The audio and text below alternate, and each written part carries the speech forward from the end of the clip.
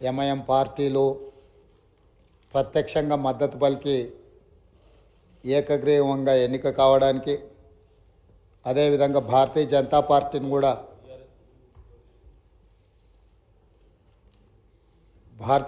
పార్టీని కూడా సంప్రదించడం జరిగింది. వారు కూడా పరోక్షంగా ఈ ఎన్నిక ఏకగ్రీవం కావడానికి సహకరించారు. సభాపక్ష నాయకుడిగా మా సభ్యులకు, భారత రాష్ట్ర సమితి అధ్యక్షుడు మరియు శాసనసభ్యులకు, ఎంఐఎం అసదుద్దీన్ ఓవైసీ గారికి, అక్బరుద్దీన్ ఓవైసీ గారికి, సిపిఐ పార్టీ నాయకులకు అందరికీ, ఆ పార్టీ అధ్యక్షులకు, శాసనసభ్యులందరికీ కూడా ఈ సభాపక్షాన మనస్ఫూర్తిగా వారికి ధన్యవాదాలు తెలియజేస్తున్నాను. ఈ సభ ఒక మంచి సాంప్రదాయానికి మొదటి రోజే మనమందరము ఒక మంచి సాంప్రదాయాన్ని ముందుకు తీసుకెళ్ళడానికి అందరూ సహకరించడం, ఈ సాంప్రదాయం భవిష్యత్తులో కూడా కొనసాగాలి. ఈ మంచి సాంప్రదాయము సభ సమన్వయంతో, అందరి సహకారంతో ఈ సమావేశాలను మనం నిర్వహించుకుంటే తెలంగాణ ప్రజల యొక్క ఆకాంక్షను, తెలంగాణ ప్రజల యొక్క ఆలోచనను ఈ సభ ద్వారా పరిష్కరించడానికి అవకాశం ఉంటుంది. అదేవిధంగా గడ్డం ప్రసాద్ కుమార్ గారు నా సొంత జిల్లా, నేను ఎక్కడి నుంచి అయితే శాసనసభ్యుడిగా ప్రాతినిధ్యం వహిస్తున్నానో ఆ ప్రాంతం వాడు. వికారాబాద్కి చరిత్రలోనే గొప్ప పేరుంది. నిజాం సర్కారు ఉన్నప్పుడు చాలా రుగ్మతలు ఉన్న వాళ్ళకి వైద్య సహాయం అందాల్సిన వివిధ రకాల ఇబ్బందులు ఉన్న వాళ్ళందరినీ కూడా వికారాబాద్ గుట్ట మీద వైద్యం చేస్తే అందరికీ ఆ రుగ్మతలు తగ్గి సమస్యలు పరిష్కారం అవుతాయని తెలుసు. ఇప్పటికి కూడా అక్కడి వాతావరణం, అక్కడి గాలి, అక్కడి నేల ఒక మంచి వైద్యానికి ఉపయోగపడే ప్రాంతం.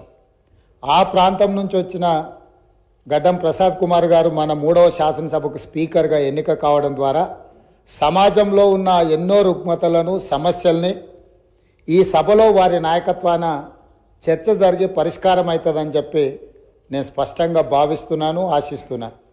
అదేవిధంగా వారు అతి సామాన్యమైన కుటుంబం.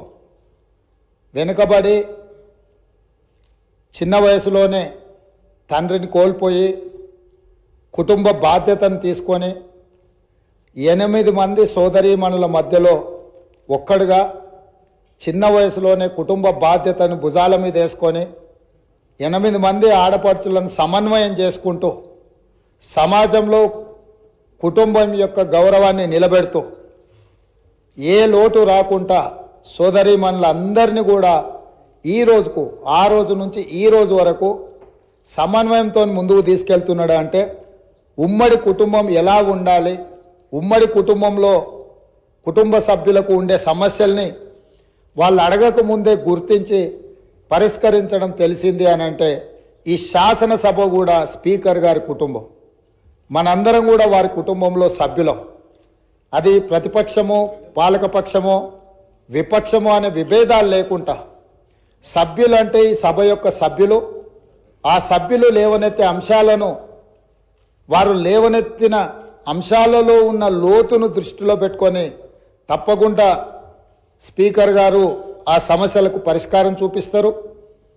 ఒక కుటుంబాన్ని, ఉమ్మడి కుటుంబాన్ని నడిపించడం, సమన్వయం చేయడం, సమాజంలో ఆ కుటుంబం యొక్క గౌరవాన్ని నిలబెట్టడం తెలిసిన వ్యక్తులు ఈ సభకు సభాధ్యక్షుడు అయిందంటే మన అందరి యొక్క హక్కులను తప్పకుండా వారు కాపాడతారు.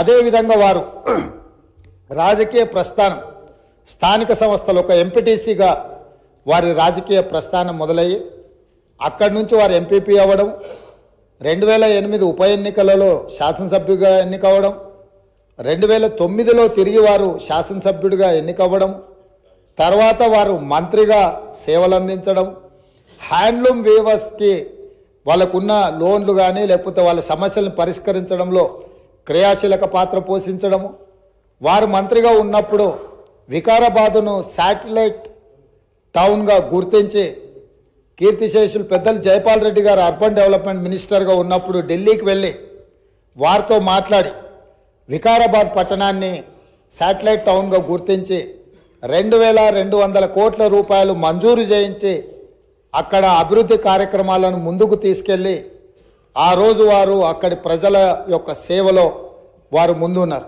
అదేవిధంగా అక్కడ మెడికల్ కాలేజ్ కావాలని వారే ఆ రోజు ఆ ప్రతిపాదన తీసుకొచ్చి ఈరోజు మెడికల్ కాలేజ్ మంజూరు అయింది. ఇంకా స్టాఫ్ ఇతర అంశాలు కూడా కొన్ని ఉన్నాయి.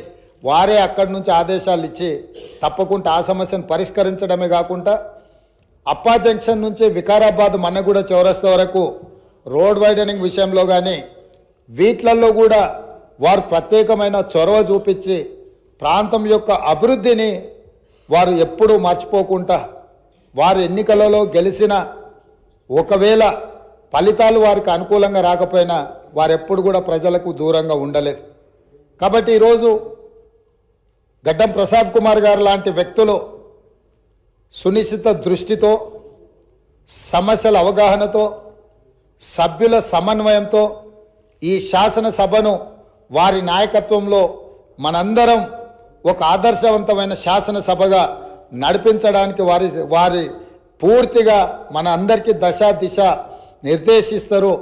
వారిని మనస్ఫూర్తిగా ఎంపీటీసీ నుంచి శాసనసభాపతిగా ఈరోజు బాధ్యతలు నిర్వహించే వరకు వారి యొక్క రాజకీయ ఎదుగుదల కావచ్చు, ప్రజా సమస్యల పరిష్కారంలో కావచ్చు, వారి యొక్క కృషిని అభినందిస్తూ నేను ఏ ప్రాంతం నుంచి అయితే శాసనసభ్యుడిగా ఎన్నికైనానో మా ప్రాంతానికి సంబంధించిన శాసనసభ్యులే ఆ ప్రాంత నివాసే వికారాబాద్ జిల్లా ఒకప్పుడు డాక్టర్ మర్రి చెన్నారెడ్డి గారు ఆ ప్రాంతం నుంచి వచ్చి దేశ రాజకీయాలలోనే అత్యంత క్రియాశీలక పాత్ర పోషించారు.